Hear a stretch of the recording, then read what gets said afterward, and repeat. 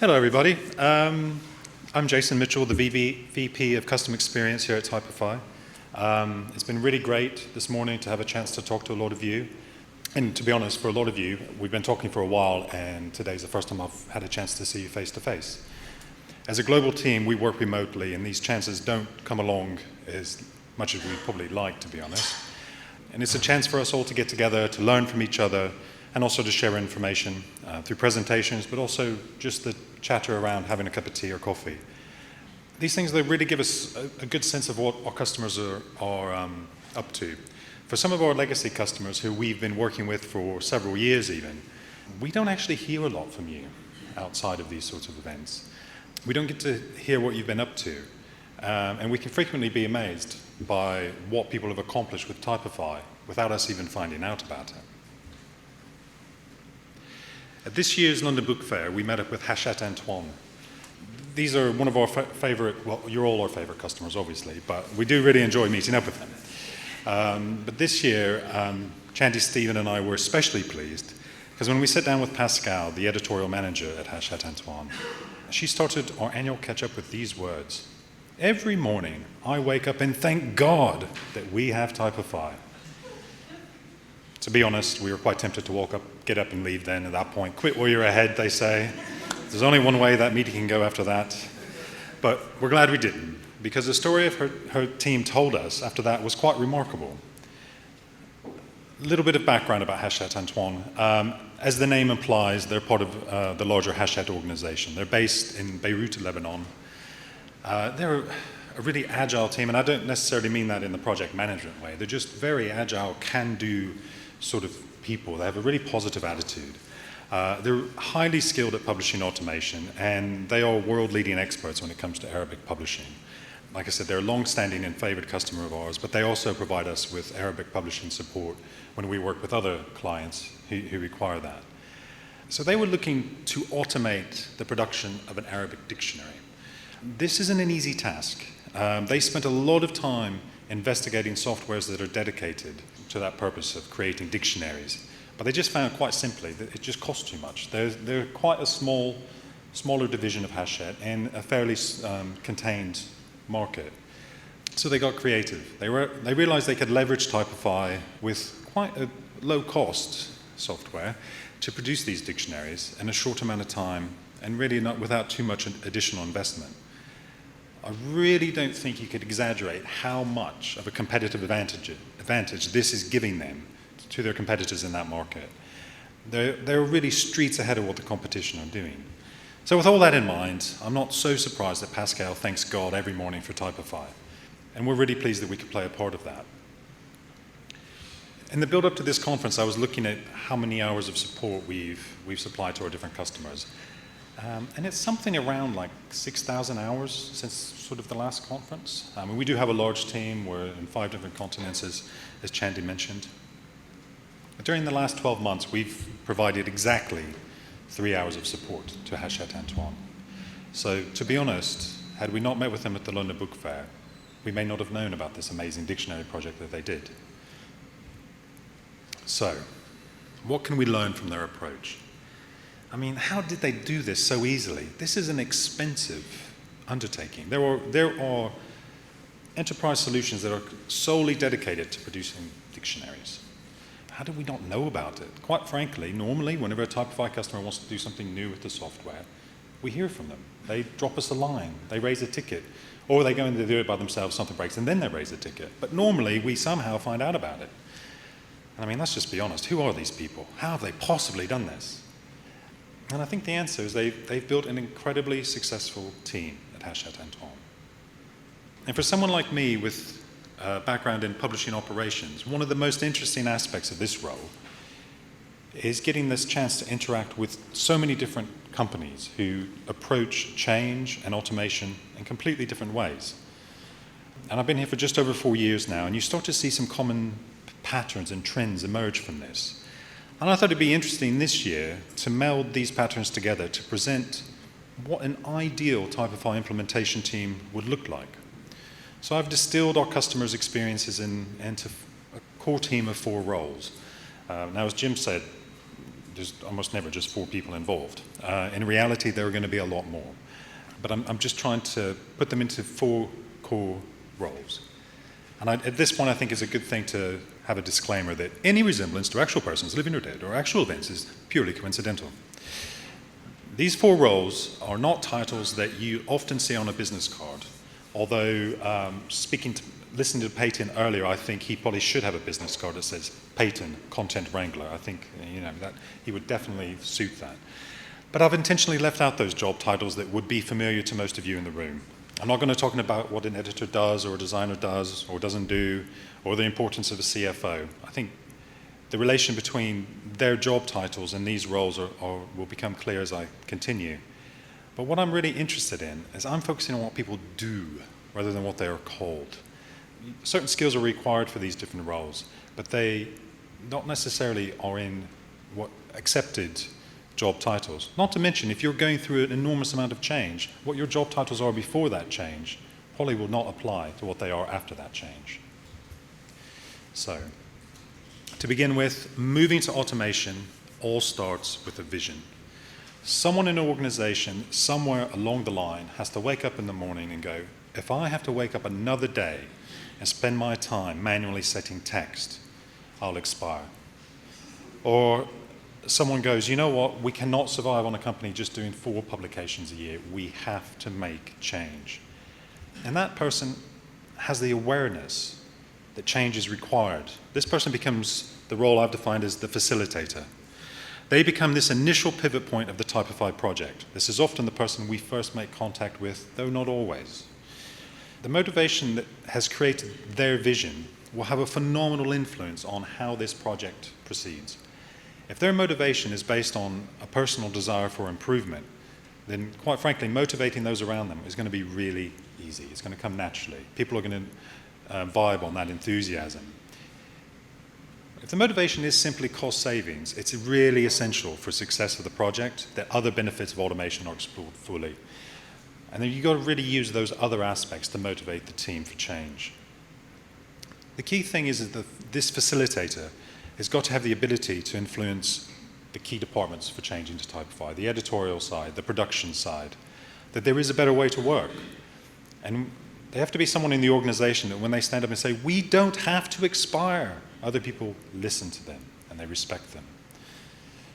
Now, this person is not necessarily a senior member of the team. They may well be someone who's been struggling to solve a problem in their own department for a really long time. And somewhere along that journey, they've discovered that Typefi has already solved it. At which point, they can become quite evangelical about sharing that vision with others. But because of their experience there, the other people in the team listen to them, they respect them. This person, though, does have to have the ability to make a business case to the higher levels, if they're not part of that higher level. But this doesn't need to be done with an Excel sheet, and it doesn't require intimate knowledge of the company's finances. It can really be as simple as, do you have any idea how much time it's taking us to do this? And this is why we're meeting deadlines, or why we can only produce this much content. It really can be as simple as that. There aren't going to be too many people at the C-level who, whenever they hear that argument, won't think, you know what, we would like to do this quicker, or produce more content. They also have one other very key attribute. They go along with their initial vision, even when things start to get tricky. Because I think it's come up in both of the case studies earlier this morning. Change does need to be managed, and it does have its setbacks at times. So here's just a quick summary of what that facilitator role would do. They set out the vision for the project, they make the goals for the entire team, and they're goals that the team can relate to. They get buy-in from the production and editorial teams. They convince the company to invest, and they turn that vision into the beginning of a business plan. And then the team starts to grow. A reoccurring topic in our initial discussion with prospects is the separation of content and layout when you use Typefi. Now, for some publishers, this can be a new concept.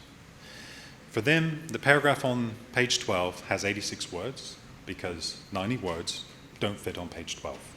That's the relation between content and design. And that approach can be challenging. And you need someone who can wrangle that content and start to see it slightly differently. And to implement Typefi successfully, and I think Peyton made a very strong case about this, you must really understand your layouts, and you must understand your content inside and out, and from different angles.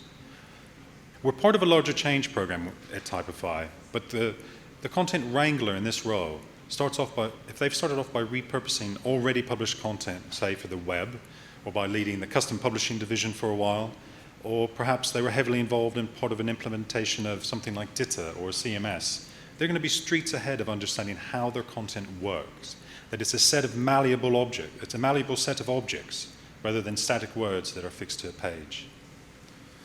This person will have looked at what the company publishes. They will understand how it naturally divides into components and how those components all hang together. At more advanced stages, this person has looked at how these components are officially named and made sure that those are the same across templates and across products, so that it can be reused across all platforms. At this stage, they may even have identified which content pieces are most critical to the publication, perhaps most important for the goals of the company or the brand that they're aiming at, and know that they need to promote those versus the other components, which can be left to fit around the key ones. But by doing this exercise before moving to Typefi, you've already ironed out so many wrinkles in the content, and you can anticipate where potential gremlins might still lie when you're going to automate layout. And knowing that makes automating layout so much easier. It allows you to come to Typefi with a clear brief of what the content pieces are, what they need to be called, and where they fit in this content puzzle. Later, this role of Content Wrangler may well evolve to become the Content Sheriff. I think one of the key things about automation is once it's up and going, content exceptions should be policed very carefully as they slow down the automation process. Each exception must be reviewed to ensure that it is truly necessary to the publication and not just a recreation of something that was done in the past. So in summary, the Content Wrangler is the person who's mapping out your content, documenting how it naturally segments, creating naming conventions across products, and ensuring that exceptions truly are the exceptions. Now at this stage, you are ready for automation. You're ready for Typefi. And then you get the lateral thinking InDesign guru, which is quite a long title, but I think it suits this role. The templates used to create the content in the past, of course, had all the elements required to create the correct appearance. But now the relationships between these content objects must be mapped into the InDesign template using Typefi tools. This template will need to be created, it needs to be tested by running content, and continuously refined to ensure a smooth, accurate automation. Using Typefi, the template has now, well, it's become alive. It is no longer a static document of flat objects to be cut, pasted, and prodded into shape. It is now a living content conveyor that carefully animates each object with respect to other objects. Because the function of the template has changed and the information stored in that template has moved on to another level, it would be a little bit naive to assume that the person who is so talented at carefully curating a static template would also be the one who's best placed to bring that template to life. When you're implementing Typefi, this role will have a huge influence on the speed of that adoption. It is best fulfilled by a person in the team who has the ability to see problems from different angles. This guru sees the complexity in the visual layout that the Content Wrangler has been exploring in the text content. They see how things should look, but they also understand how things relate to each other. To them, no element is an island but a piece of the whole. They are excited to create these relationships. They're excited to make minor modifications to achieve big gains in speeds.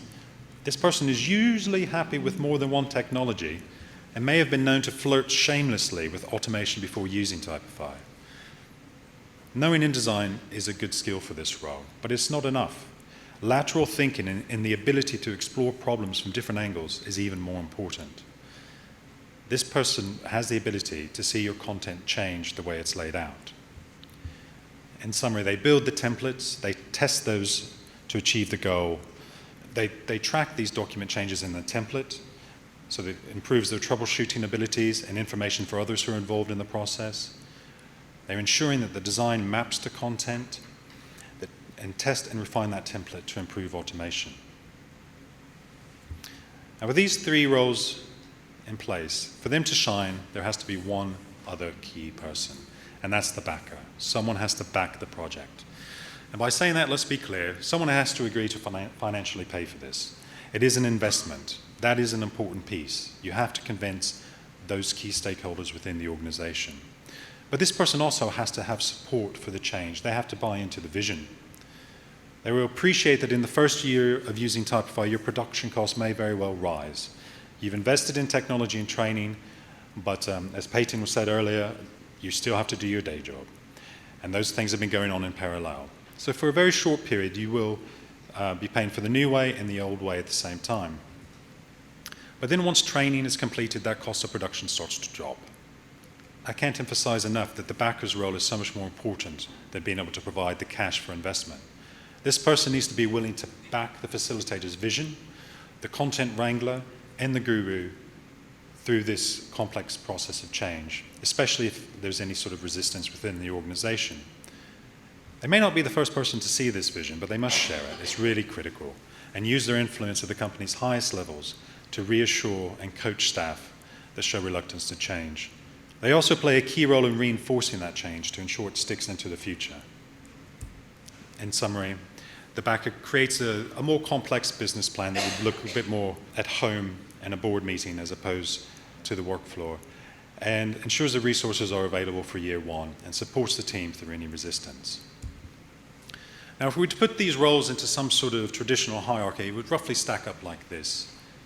It's most likely that content wrangler person is going to come somewhere from within the editorial team or the content generation team. And the guru is most likely to come from your production team or your design team. Ideally, these guys or girls are probably not the managers of these teams, at least not at the beginning of this process. They are very hands-on and they need the freedom to focus on tasks rather than administration during these implementation processes. Now, the facilitator is a bit of a wild card. They could easily come from either team. They could be someone in production who's seen the light and wants to improve things.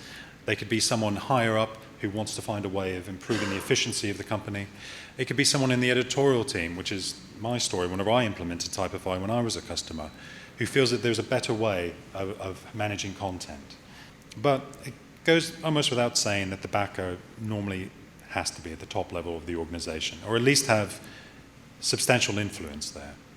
And as Jim was saying, this sort of cross-department structure is what's required for the stability to drive that change. I believe Jim said that program took about 2 years from start to finish. And this is a long period. It's something that you need a vision that's shared within the team.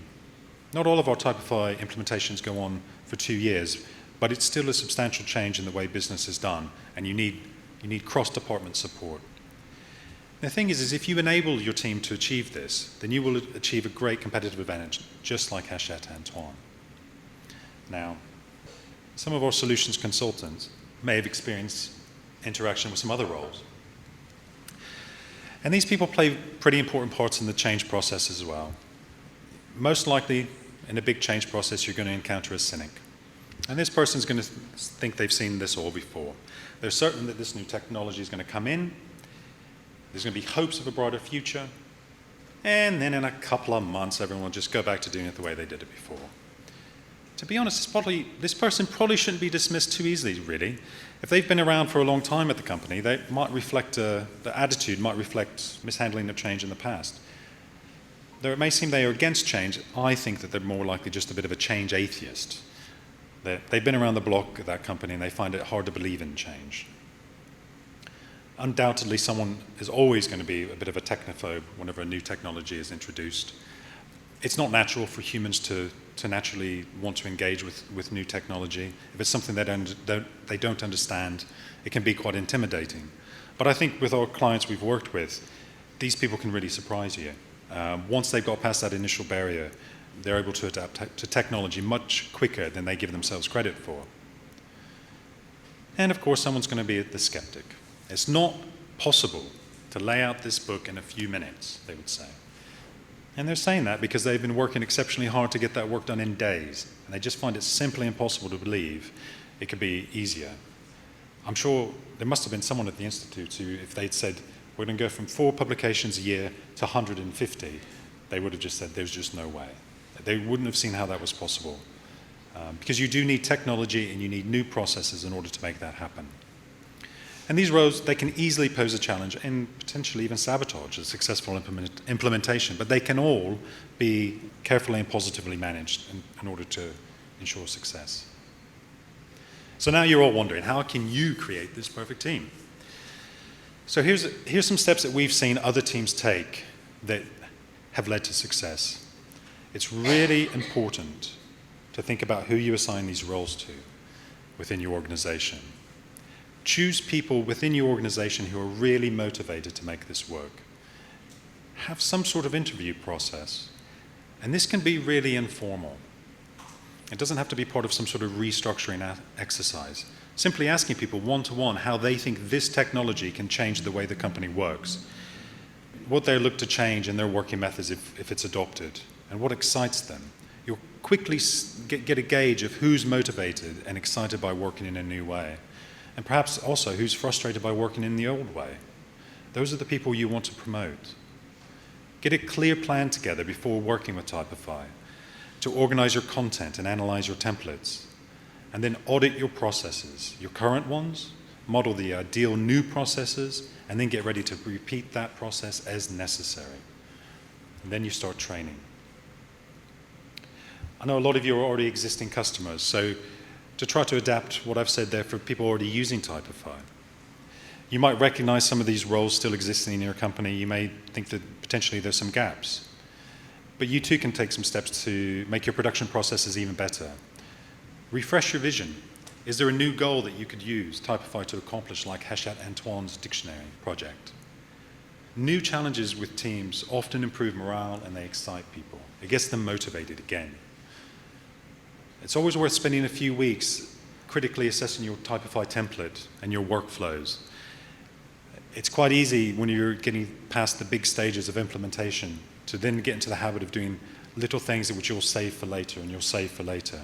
Now maybe is the time to go back and make a list of those interventions and challenge your InDesign guru to optimize those. Log tickets with us. We would love to help you. And while you're doing this, maybe look at your content. Content is a living beast in all organizations. You've probably, if you've been using Typefi for a couple of years, you've probably started to squeeze in content types that didn't exist when you started that process. If so, maybe it's time to remap your content and template and have a look at how you're processing it. It's also really important to look back at how far you've come by using Typefi and automation in general. Remind yourself of how quickly production compares now to what it was in previous time, how much time and energy and hopefully frustration you're saving now. Let us know about these successes and also about the challenges you face. We're here to help, and we offer many resources to ensure your success. One of the biggest resources we offer is training. Now, training is not just us going into your office and reading our user guides. It's a really exceptional opportunity for your organization. During this process, you're not just learning about our software, if you think about it. You're giving each of your team members a chance to step back from the pressures of day-to-day work and give them a chance to actually think about how they could perform their job a little bit better, how they could do it differently. It gives them a rare opportunity, and probably a very busy role, to actually step back and look at the role from a different angle. Your team gets to interact in a different dynamic. It's a chance for other team members to stand out. But it's also a chance for them to bounce ideas off of our consultants. Like me, they are experienced and look at many different workflows in any given week. They're not just going through the same processes that you're doing week in, week out. And I think this will really help everyone generate ideas. Make the most of it. If you're having an on-site training session, do whatever you can as an organization to make that as enjoyable as possible. Cap it off with something special at the end of the week. Some clients really enjoy karaoke. Your staff will now have new skills. It's important that they are given the opportunity as soon as possible to work differently. You've got to encourage your team to use these skills and efficiencies to find further improvements, otherwise you risk them rotting on the vine. And then when they get back to trying to do those new skills, they've forgotten all that they've learned. And if your team is large enough to consider picking one or two members of the production team to move away from the day-to-day and focus fully on Typefi after training, please do that. They will get there so much quicker if they have less distraction. Now, we offer all sorts of training. For new customers, we typically go on site for three to 5 days. This covers the usage of Typefi in general, plus some one-to-one coaching in the creation of Typefi templates, or any other elements of customization for the Typefi workflow you require. Our consultants all work remotely. We all work at home in our desks. So they get really excited when they're asked to come back for follow-up training. And these follow-up sessions, which we've done quite a few of recently, I really don't think they're used enough by our customers. There is a cost associated with them, but I think the clients we've worked with recently, the feedback has been that they feel that the money is really well spent. During the follow-up sessions, the questions from the teams are really fantastic. You know, the dynamic has completely changed. We're no longer going in there and offloading information that's completely new to them. We're now going in there with precise guidance on the specific problems that they're facing. It becomes much more of a workshop sort of environment. And these things that are slowing your team down, just one by one, can be picked off and improved. Now, if you're a more technical customer and you want to take this even further, we do offer InDesign scripting and also XSLT advice to many of our clients. We do provide a lot of support and services to our customers, and I'm the head of the professional services side of Typefi. But to be honest, what we really love at Typefi is to give our customers the ability to succeed without the need for us. For the existing customers in the room, just to remind you all that you're all entitled to free remote training of up to 2 hours per week as part of your annual maintenance. Now, these sessions obviously can't cover really broad topics, but they're perfect for focusing on one small aspect that is troubling your workflow. And here is just a list of some recent ones that we've delivered. Some simple sessions on configuring workflows correctly, looking at JavaScript or InDesign scripting functionality. And these sorts of things as well are really useful if you've got a new member of the team on and you would like them to spend a bit of time with someone on our side for a while.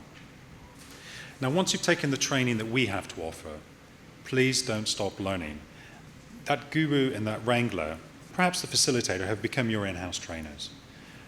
One common thread of success is whenever customers then go away and set up internal training sessions to spread that knowledge. And there's one particular approach that works, especially in larger teams. Split the team into some smaller groups, ideally a group of about 3 to 5. And with the first group, carefully select members of your wider team who are really positive about that change. And there's a couple of reasons for this. You're not just building up your team's knowledge at that point, you're also building up the fan base. You've gone from having 3 or 4 people who are really on side with the change to almost doubling than that after one session. It also gives your trainer an easy in. You know, in their first session, they're dealing with people who are also really motivated. It helps them gain some momentum in their training experience. You might also want to consider some external training depending on where your organization is at technically. We've worked with clients recently who have found that having 1 day of InDesign training or even Word training really helped remove a lot of the pain points that they had because they'd never used those programs to the same level that you would with the Typefi workflow. Managing change in an organization really does require a lot of planning, and it requires training. But if you do this, you'll not just successfully implement Typefi and gain a competitive advantage, you will see your team develop as professionals and people. The skeptic will have renewed faith that the company can pull off change. The cynic will happily admit that he was wrong when he's no longer working for 50 hours a week. And then the technophobe, I'm convinced, will surprise everyone in the office with their ability to adapt. Today and yesterday, we've focused on the power of XML technologies. And there's no doubting the improvements that can be made in your workflows and the amount of content you can produce, and also in the number of people who can actually read it, thanks to the accessibility that it offers. This change can be really rewarding on so many different levels, but it does require careful management, a carefully selected team, and an investment in training. At Typefi, we measure our success on the success of our customers. I hope this overview of the successful teams we've worked with will also help you do more. Any questions? Yes, so I wasn't aware of the training sessions you said were available. Yes. Are those scheduled classes, or can you request them as needed, or how does it work? Well, generally speaking, we've only really done scheduled classes around the user conferences, like the 2 workshops we had yesterday. We had the math one and the InDesign template. But there have been times when we've reached out to a couple of customers to see if they'd be interested in sharing that. For a couple of reasons, it obviously helps out with cost for both customers. But a bit like with the workshops yesterday, if you can learn a lot from us, but if you've also got someone else there with different challenges, it's good to share that knowledge. So I would say talk to your BDM about that, because it is something we could organize to share, but we can also just come on site if you'd like. Any other questions? Do you have any suggestions on documenting all of the things about Typefi? Oh, wow. It's so hard. I so frequently wish I still had all the documents I had whenever I was implementing Typefi, but unfortunately I wasn't smart enough to take them away from the company when I left. There was one in particular that we did. It was a really interesting workshop where prior to any of this, or probably even knowing that we were going to go with Typefi, we mapped out the process from literally a manuscript coming in the door to pre-flight check and it going to, at that time, a printer. And that became a bit of a, well, it became almost like a Bible that everyone had to refer to every time we changed anything. It was color-coded to very clearly state which department was doing what. It had timings associated with it, which then informed the finance side of the company about how long they should expect each title to take. And the goal, once we had that, really was looking at what doesn't make sense, what could be better, but also where can we save money. And the key for us, whenever we were implementing Typefi, was to save money in order to create EPUBs. That was, oh, help me, Chandy, when was that, about 2008, 9? Yeah. And so it was a travel publisher, and EPUB was critical at that time to launch. But it was also a challenging market, so we couldn't just invest loads of money in that. And we iterated those processes regularly. We had them for every series of books that we did, and happily the time kept decreasing and the outputs kept increasing. That did have a lot to do with Typefi, but we streamlined a lot of other processes as well. And if I was going to channel one of the consultants, I'd say one of the most critical pieces of documentation you can have will be tracking changes within your Typefi template. Because often whenever something happens, you want to go back to see what you've changed.